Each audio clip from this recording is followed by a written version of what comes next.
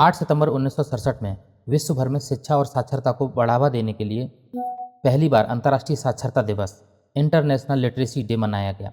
UNESCO ने 1966 में घोषणा की कि हर साल 8 सितंबर को यह दिवस मनाया जाएगा। 1967 में आरंभ हुए इस वार्षिक आयोजन के जरिए वैश्विक स्तर पर साक्षरता के महत्व पर जोर दिया जाता है।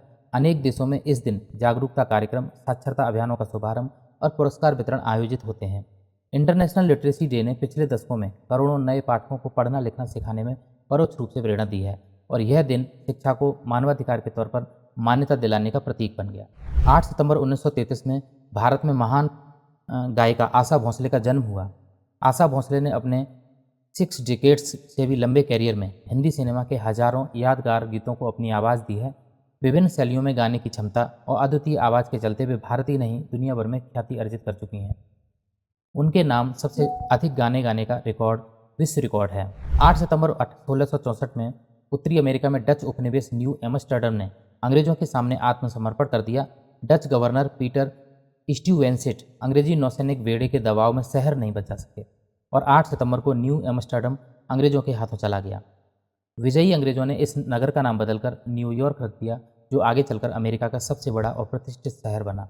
8 सितंबर 1892 में संयुक्त राज्य अमेरिका में स्कूली बच्चों द्वारा पहली बार आधिकारिक रूप से प्लेज ऑफ एलिजियंस राष्ट्रीय प्रतिज्ञा का सामूहिक वाचन किया गया। कोलंबस की अमेरिकी यात्रा की 400वीं वर्षगांठ के उपलक्ष्य में रचित इस प्रतिज्ञा को देश भर के विद्यालयों में अपनाया गया। समय के साथ प्लेज ऑफ एलिजांस अमेरिकी राष्ट्रवाद और एकता का प्रतीक बन गया, जिसे आज भी विद्यालयों में ध्वज के सम्मुख सम्मानपूर्वक दोहराया जाता है। 8 सितंबर 1941 में द्वितीय विश्व युद्ध के पूर्वी मोर्चे पर जर्मन सेना के सोवियत संघ के लेनिनग्राद शहर को पूरी तरह घेर लिया और लेनिनग्राद की घेराबंदी की शुरुआत हुई। 8 सितंबर 1941 को शहर की सभी जमीनी आपूर्ति लाइनों के कटते ही यह कुख्यात घेरेबंदी प्रारंभ हो गई, जो लगभग 872 दिनों तक चली। इस दौरान लेनिनग्राद, जो आज का सेंट पीटर्सबर्ग है, इसके निवासियों ने भयंकर भूख, ठंड और निरंतर बमबारी के बीच असीम दुख झेला और हार नहीं मानी। अंततः जनवरी 1944 में सोवियत सेना ने इस घेराबंदी को तोड़ा, लेकिन तब तक लगभग 10 लाख नागरिक काल कवलित हो चुके थे। लेनिनग्राद की घेराबंदी आधुनिक इतिहास के सबसे लंबे और विभीषिकापूर्ण नाकाबंदियों में गिनी जाती है। 8 सितंबर 1954 में दक्षिण पूर्व एशिया में साम्यवाद के प्रसार को रोकने के उद्देश्य से South East Asia treaty organisation SEATO की स्थापना की गई।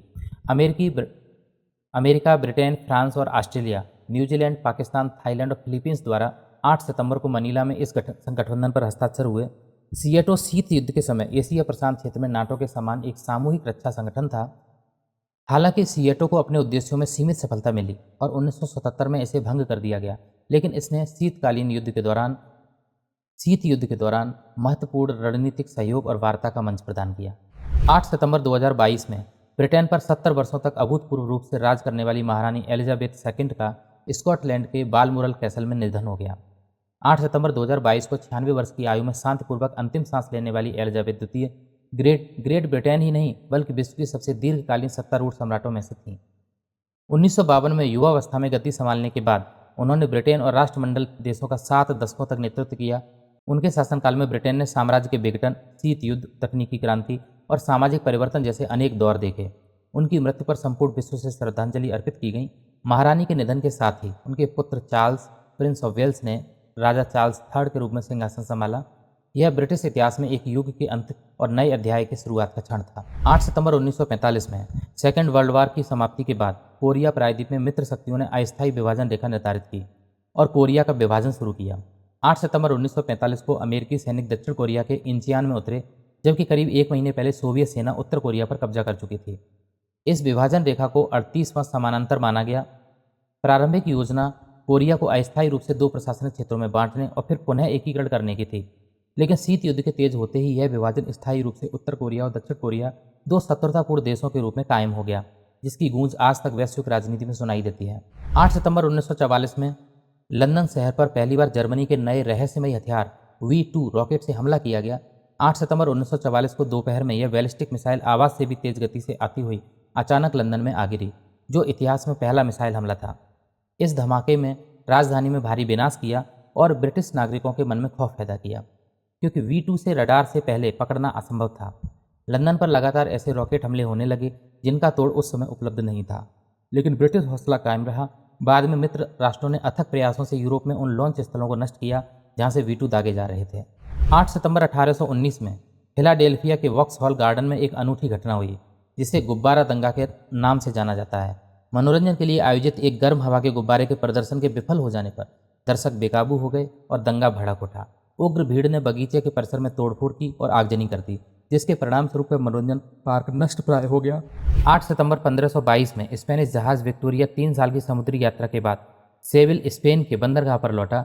इस जहाज फर्नांद मैगलेन के बड़े बेड़े का अंतिम जीवित पोत था। इसके वापस आने के साथ ही मानव इतिहास की पहली समुद्री परिक्रमा सफलतापूर्वक पूरी हुई। इस यात्रा ने सिद्ध कर दिया कि पृथ्वी गोल है और सभी महासागर आपस में जुड़े हैं, जिसने विश्व अन्वेषण के नए युग की शुरुआत की।